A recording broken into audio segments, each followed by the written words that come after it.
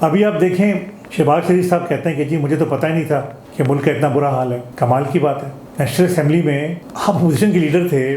آپ جو جتنی بھی نیشنل اسمبلی کی کمیٹیاں تھیں جس میں سارے آپ کے ایم این ایز تھے, اپوزیشن کے اس میں ایم این ایز ہوتے ہیں, ہر منسٹری کی کمیٹیاں بنتی ہیں, اس میں یہ لوگ سب اپنے اپنے اس میں ہوتے ہیں. سینٹ کی سب کمیٹیوں میں یہ لوگ ہوتے ہیں, سینیٹرز ہوتے ہیں, ایم این ایز ہوتے ہیں, اور یہ فرما رہے کہ ان کو کچھ پتہ ہی نہیں تھا. تو اگر ان کو واقعی میں نہیں پتہ تھا تو اس کا مطلب ہے کہ یہ کمیٹیوں میں ٹائم ہی نہیں دے رہے تھے. ان کے جو ایم این ایز اور سینیٹرز تھے وہ کمیٹیوں میں ٹائم ہی نہیں دے رہے تھے, میٹنگ میں جاتے نہیں تھے, اس لیے ان کو نہیں پتہ تھا. وہ جو بھی منسٹریاں تھیں ان کے سیکرٹری سے ملاقات ہی نہیں کر رہے تھے, مذاق کر رہے تھے, وہ لوگ وقت ضائع کر رہے تھے اور اپنے لیے برات لے رہے تھے کمیٹیوں سے بھی, اور سرکاری گاڑیاں لے رہے تھے. اس لیے کہ جب آپ کمیٹی میں جاتے ہیں تو آپ کو سرکاری گاڑیاں ملتی ہیں اور سرکاری برات ملتی ہیں, تو صرف برات لینے تھے آپ کو.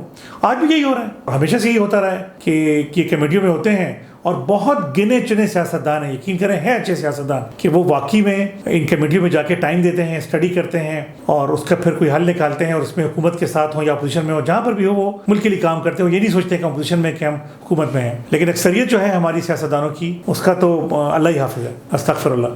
تو کہنے کا مقصد یہ ہے کہ جو شہباز شریف صاحب کہہ رہے ہیں کہ ان کو کچھ پتہ ہی نہیں تھا, تو یہ بھی ایک تعجب کی بات ہے کہ ان کو کچھ پتہ ہی نہیں تھا.